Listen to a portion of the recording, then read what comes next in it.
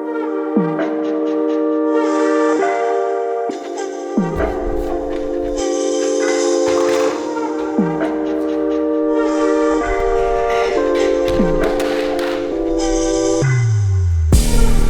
is up, my bodyweight warriors, and welcome back to another video, another day of eating. We've obviously got the coffee to start things off. To go with the coffee, I've also got some green and blacks, 85% dark chocolate, so just some fat to go with the coffee. Quality combination, by the way, if you don't do this already. And the fat also helps slow down slightly the metabolism of the caffeine. And that's kind of just getting things going. Need to go do some work. We've got a busy day today, some exciting stuff. I'm meeting up with a client later for a handstand session and all sorts of day of eating goodness in between.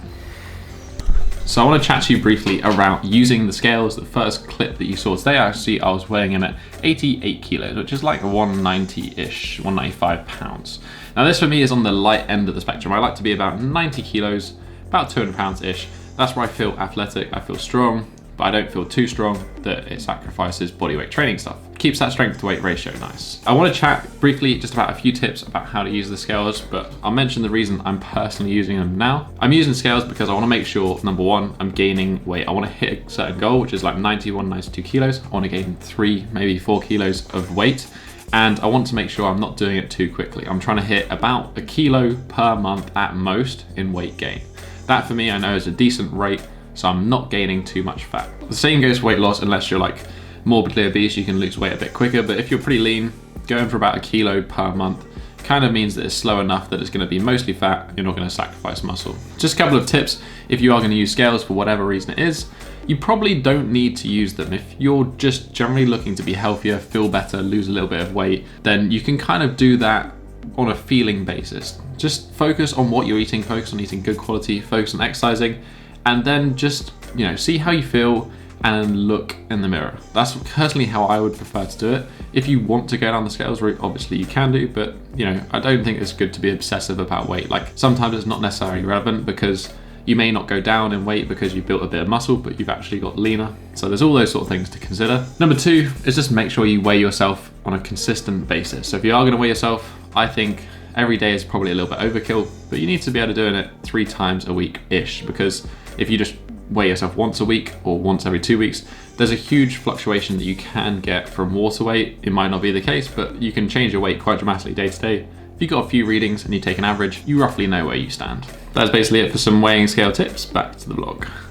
So, caught up with some work. It's now about midday. I ended up having about 30 grams of that dark chocolate with coffee. And this just arrived from bulk powders. And I think I managed to order some like Whole Foods sort of stuff. So we're gonna see what's in there. And then we're gonna go sort out breakfast. So, we have some nuts. We've got macadamias and some walnuts. Whole apricots. I like these just like post-workout. Super high in carbs, so not much volume. Don't know what else we have. Coconut water powder. And some biltong, good old-fashioned. I'm a big fan of bulk powders, active foods range. Like they're pretty cheap and good to buy in bulk. It tends to save a lot from like buying at the supermarket. I think I'm gonna use these macadamia nuts with breakfast. So let's go see what we can cook up.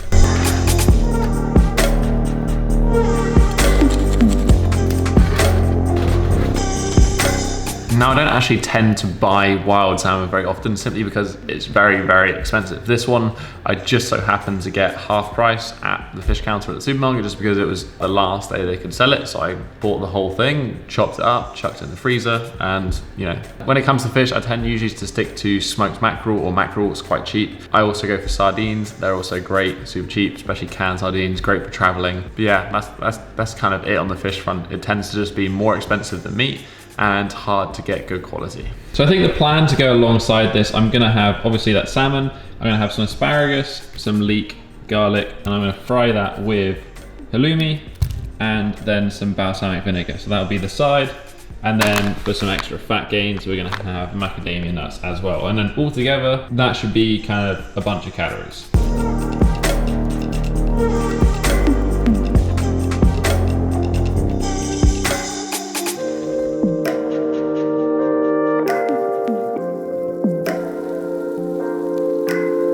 Right, so there we have it guys, those 2 salmon fillets there. the halloumi, asparagus, leek, whatever, with that homemade pesto and a bunch of macadamia nuts. I actually did weigh this one out, so I do know the calories are spot on. As I said, I pretty much only eat 2 meals a day. They need to be 2 big meals at the end of the day. The later one's gonna have to be massive. But yeah, if this was mackerel, as I said, I don't usually eat salmon just because it's expensive. Mackerel's much higher in fat, a little bit lower in protein, so I'd probably do like mackerel and then like 4 or 5 eggs to kind of make up for it. But this looks pretty good to me.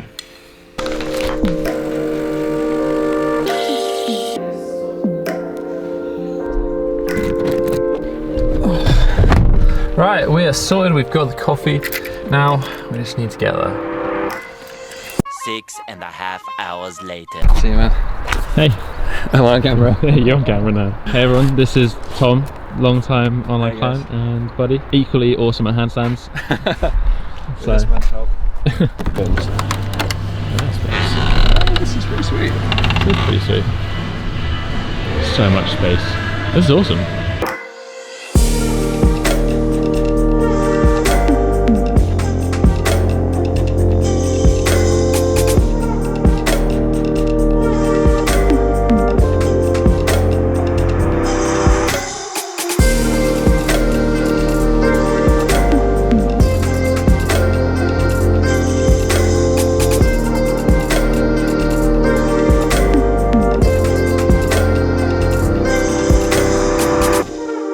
So post-workout, I have some almond milk here, some couple of scoops of whey from bulk powders, the natural whey. Post-workout number 1, and then in this little bag, I got some of those dried apricots from earlier. I've got 100 grams of it, 60-ish grams of carbs I think is in there. So post-workout for the moment, I've now got to drive back. I've got a meeting with the website and app people before the big launch in like 2 weeks' time. Stay tuned, stay tuned. Good things are coming. I'm super excited, but yeah, I've got to go. Right, so it's now like 7 p.m. and we made it back from almost a meeting now. Just need to get something for dinner. I have been totally unprepared for today's day of eating. I think we're gonna make a reverse lamb curry, which is again a recipe on my blog that I've shared before, but it's one of my favorite like single person serving things that's like super quick to make. It tastes amazing and you can kind of eat a whole bunch of it, which is what we need to do because we need to catch up on some calories. So we're gonna go to the good old Tesco's and grab some food.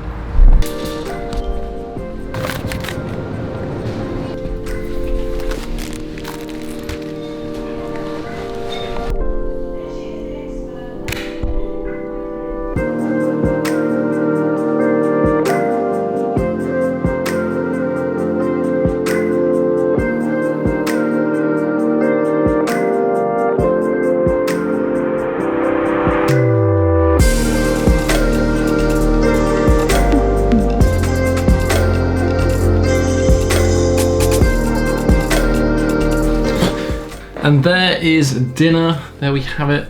The reverse lamb curry, which is just like currying the rice instead of the meat, and then frying up a steak, lamb steaks as well. So basically a boatload of calories in the bowl, protein source on the side. The main difference between this meal on like a normal day versus trying to bulk and trying to add some mass is that I usually on rest days I would have just less carbs in the evening simply because I've done less work activity in the day, and then I keep pretty much everything else similar, and that way I can kind of moderate calories. It makes it easier to kind of like remain lean because you have some days that are lower, some days that are higher, but because I'm trying to gain some weight, you know, I've gone for all the calories basically. So all in all that puts me at basically 3,300 calories for the day, which is pretty decent. I might have a snack after this, maybe some like banana, peanut butter, just some extra calories depending on how full I feel after this meal. But if I'm hitting 3.3, 3.5, for me personally, that's enough to see an incremental gain. And we spoke earlier in this episode about kind of how to use scales and what to look out for in terms of weight gain and my personal preference when it comes to it. The total macros to end the day were 212 grams of protein, 226 grams of carbohydrates, and 167 grams of fat. And to be honest, it's basically pretty similar all the time. I've definitely gone higher protein in the past like 6 months, and I feel so much better for it. So much better for having more animal products, more meat products, more things like liver as well, and a little bit less plant matter. I feel 10 times better for it energy-wise. recovery-wise, all these sort of things. But that's basically been it for this week, guys. That is the day of eating done. I hope you enjoyed this one. I hope you're enjoying this series. I hope you find it useful. As always, everything I talk about will be in the link in the description down below. Whilst you're down there as well, why not leave a comment, join the conversation, let me know what your thoughts and opinions are on this episode. Right next to it is also that like button if you want to support the channel, show you're enjoying this series, and there is also the subscribe button as well if you want to join the Bodyweight Warrior tribe. But I'm tired and I'm hungry and I want to go to bed. So that has been it for this week, guys. I'll catch you in the next episode. Have a strong week and peace.